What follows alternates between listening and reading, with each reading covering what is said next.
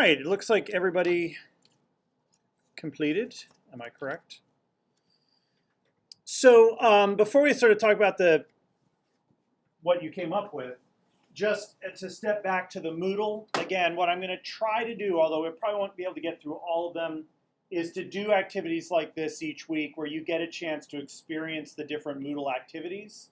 So that will then, as you're working on your own Moodles, kind of give you a more in-depth understanding of, oh, well, this would be a great thing to use at this point in my lesson because it does X, Y, or Z. I mean, what's nice about this, as you saw, is that it's kind of a nice balance between allowing students to generate content, but you as the teacher still have control because you can determine what kinds of fields they need to fill in and kind of guide them through what they need to enter.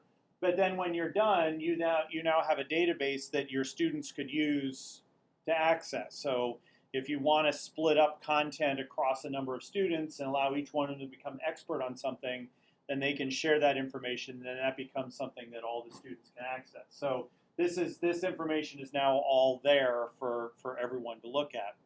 So it's interesting because it looks like there was a pretty, for the most part, most people had the same idea of what the best and the worst were. Does anybody want to talk specifically about their area or something that they saw? Was there something that particularly stood out as being really good or really bad at either end of the spectrum? Sure. I just noticed because we had proximity, but we both came up with different answers for what was the best. We agreed that the worst was dodgeball. Okay. But the best, like, I think you picked Addie, and I picked the one about like social media and the internet. And I just thought it was like a cool thing.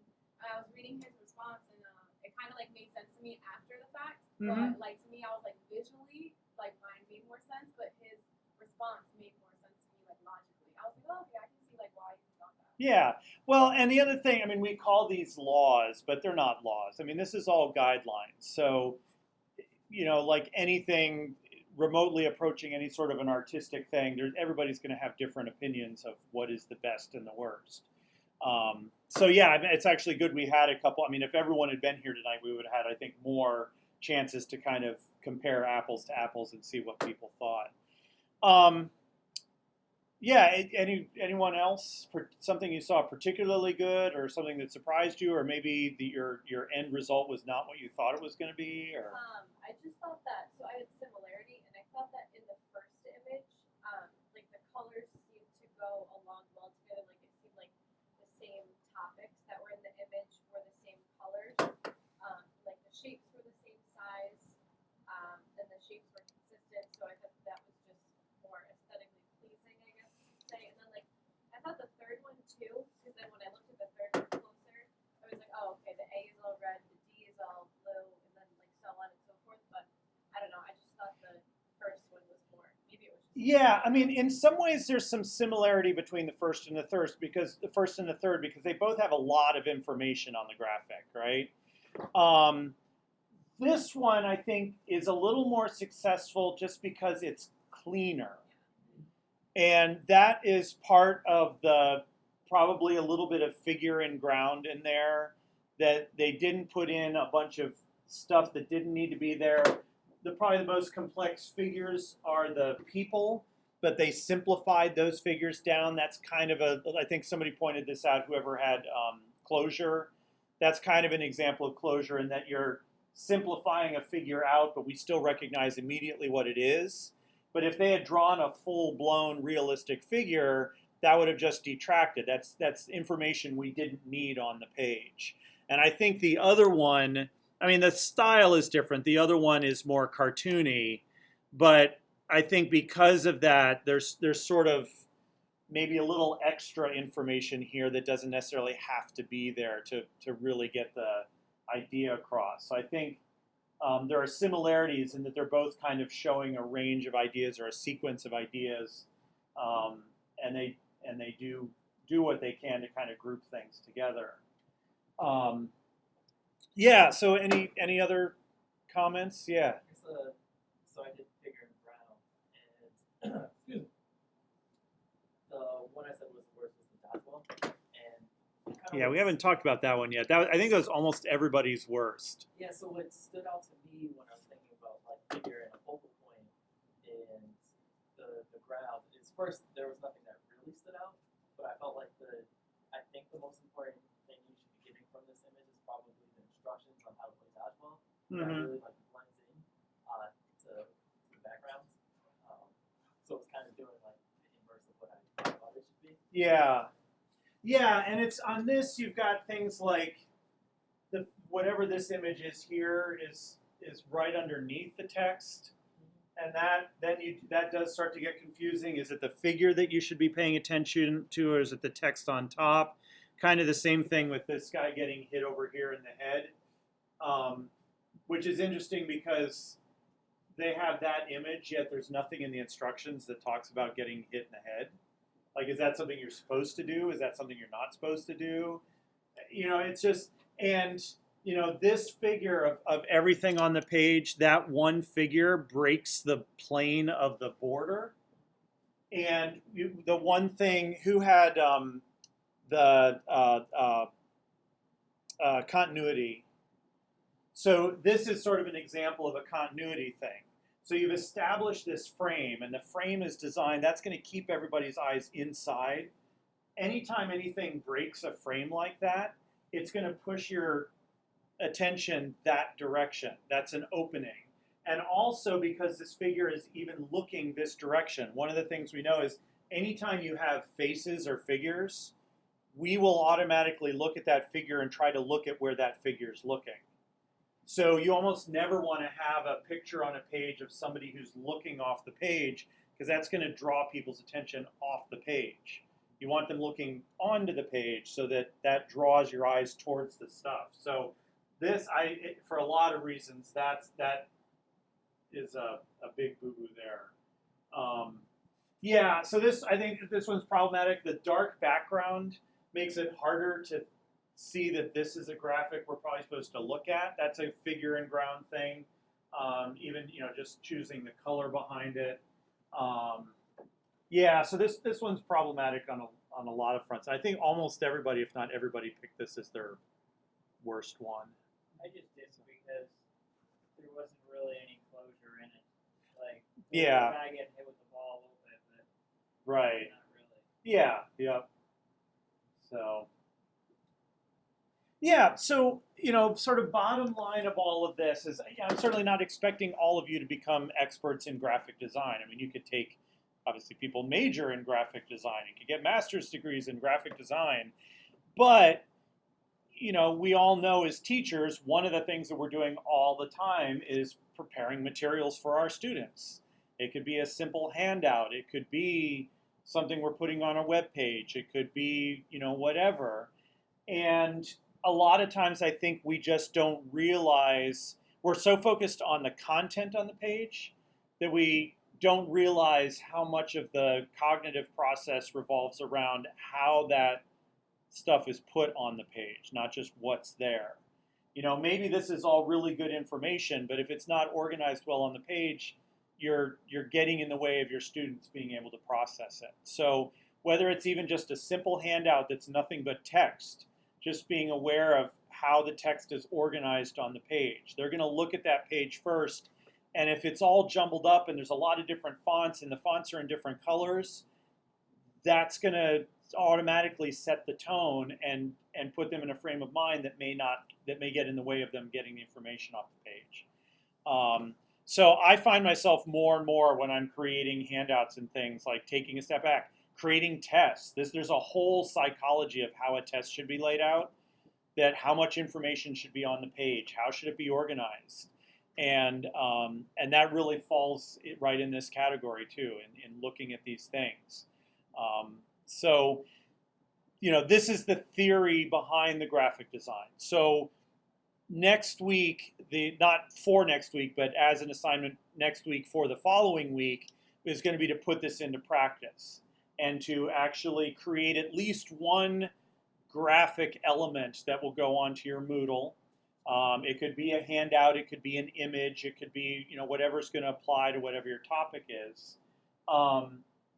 But you're going to keep in mind these concepts as you're creating it, whatever platform you use to create it on. And I'm going to be looking for a little feedback from you about that image and how you try to incorporate some of these ideas into it to try to make it as effective as possible. Okay? You don't want to be teaching with materials like this. You know, and I'm sure a lot of teachers would look at this and say, wow, that looks great. There's colors and it's graphics and all this stuff. But if you kind of know what's going on behind the scenes, hopefully you'll look at this and go, that's not as great as I first thought it would be. And it wouldn't take much to clean this up, right? You could pretty quickly do a little touch up and a little whatever and make this a whole lot better. Plus, all it makes me think of is the movie Dodgeball, which I think is actually a very funny movie. So, 4 rules of Dodgeball: dodge, duck, dive, and dodge. No, whatever. Okay, so the last thing then I want to just talk about is then how you actually, or what tool you use to actually create graphics. So again, this course, we do teach in the Masters of Educational Technology program. There is an entire course that is nothing but Photoshop. And there is an entire course that is nothing but sort of InDesign and graphic design programs. That is not what this course is. You guys are not in the Masters of Educational Technology program. However, you are going to be creating graphics. So what tools to use that? Step one would be, if you have a tool that you already use to create graphics, then keep using it because you're familiar with it. And unless it's not doing what you want it to do, there's no reason to change. Honestly, more and more, I'm just doing things in Word. I mean, Word's gotten good enough, if you know how to use some of the tools in Word, that you can get pretty sophisticated looking graphics just using Word. You don't need anything fancier than that. However, if you like to use something else, if you've got some Photoshop or InDesign experience or programs like that, that's fine. What I do have here, and which I provided on the website, is just 4 of what are many online graphic design apps that are available out there. These are all web-based services. These 4 at least are all free, at least to a certain extent. A lot of these things you can use for free to a certain point, and then you can start paying for them. So you can also feel free to check these out. There are differences between them. I would say I've got examples here. This is Crello, which again I just came across these just doing searches. A lot of them are going to be very similar in that you have a canvas of some sort, and there's going to be a series of tools. A lot of times they will have pre-designed templates you can work from and then alter. But usually you can add images, you can add shapes, you can add text. And then once those things are there, you can manipulate them and turn them and resize them and so on. And then you can usually export the final images in a number of different formats. So this is Crello, which is one example. Another one is, which one was this? This is Canva, Canvas without an S on the end. And it looks very similar to Crello. It's got your canvas, it's got a color picker, but then photos, elements, text, background. You can upload your own things. They've got some templates that you can work from. Again, this is all free. No, I didn't have to pay for any of these. Design Wizard is another one. Again, looks very, very similar. A lot of the same things. And then where, I wonder if, oh, this is the, no, that's, oh, here we go. This one I wanted to point out, this is Vector, V-E-C-T-R. I just wanted to point this one out and really quickly talk about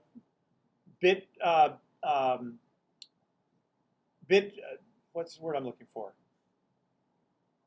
Now I lost it. Anyways, there are sort of 2 ways that graphics can be treated. One of them is basically like painting a picture with dots, right? So those are bit-based graphics. That's what the other programs are, most painting programs, where you're basically, here's the size of your canvas, and you're coloring in pixels within that canvas. Vector-based graphics are a little different because what they do is they deal with the math. So rather than taking a canvas and filling in pixels, you're putting in a shape that is described by the math behind that shape. Then if you resize this image, it redraws all of the elements based off of the math. As many of you probably know, if you take an image and you try to zoom in too far, it gets really pixelated. If you do vector graphics, you can keep zooming in and zooming in and zooming in and zooming in, and the resolution will always stay the same. Because every time you zoom in, it redraws the image at wherever you've zoomed. So it is a slightly different approach. It's less painting and more drafting in a way, that it's usually dealing more with shapes and then the math behind those shapes. So this is just a program. It's called Vector because it is a vector-based program. So if you're doing images that you know are going to need to be resized, or that you're going to be wanting to work with things that need to resize, vector graphics are a different way to do that. But it's still basically the same tools. You put in images, you put in shapes, you put in text. It's just the way that these images deal with the data in the background is a little different, so they can be a little better. So for the purposes of your work in here, if you want to check out any of those and use them to create graphics, they're all going to be fine. They're all going to do probably what you need them to do. If you have something already that you like to use, feel free to keep using that. But it's really not going to be about what platform you use to create your graphics. Rather, it's going to be about how effective are those graphics in terms of their instructional purpose and intent. All right? So that's just a few tools to throw out there to be available for you. All right. Well, we covered a lot tonight. And we're even finishing up a little early, which is awesome. So yeah, let me just, just to review in terms of what's due next week. 4 things total, but a couple of them are combined. So again, that technology integration project, you're going to be finding the 3 technology plans that already exist. You're going to be examining them, writing up that Word document, and then attaching that Word document and uploading it to the Moodle assignment page, which I've linked here. Then in terms of your Moodle, you're going to continue with those 4 additional questions in your ID plan about segmenting and pre-training and what types of activities you might want to be using. So copy the questions into your master document, answer them, and then copy and paste those answers back into the forum. And then over the course of the week, check in on what people have posted and provide some commentary. Within your actual Moodle, once you've done this, you can start actually bringing your Moodle into shape. You should have done the initial setup stuff over the course of the last week. Now you can actually figure out what are your sections going to be called, give a little brief description of each section. You don't have to start putting any content in yet, but just kind of get the segmenting set up. And then the only other thing I ask that you check is I got everybody's PLN websites posted, all of the links, and I put that page at the top of our Moodle page. So at some point this week, just click on your link and verify that it's correct. I went through everybody, so I think they're all good, but if you meant for it to link a subpage or something like that and it's going to the wrong place, just send me a quick email with what address it should be. Or if for some reason it's going to somebody else's website. But like I said, I think I checked everybody's after I linked them. So just double check that. All you have to do is let me know if there's an error. You don't have to tell me if it's correct. Okay? So, so basically 2 documents for next week. The first level of the TIP and the second level of your Moodle.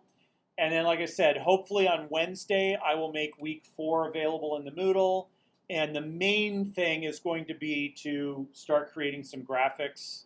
That's going to be the main point of it. So pick a program, start creating a graphic, talk a little bit about that graphic and how you thought about the Gestalt principles.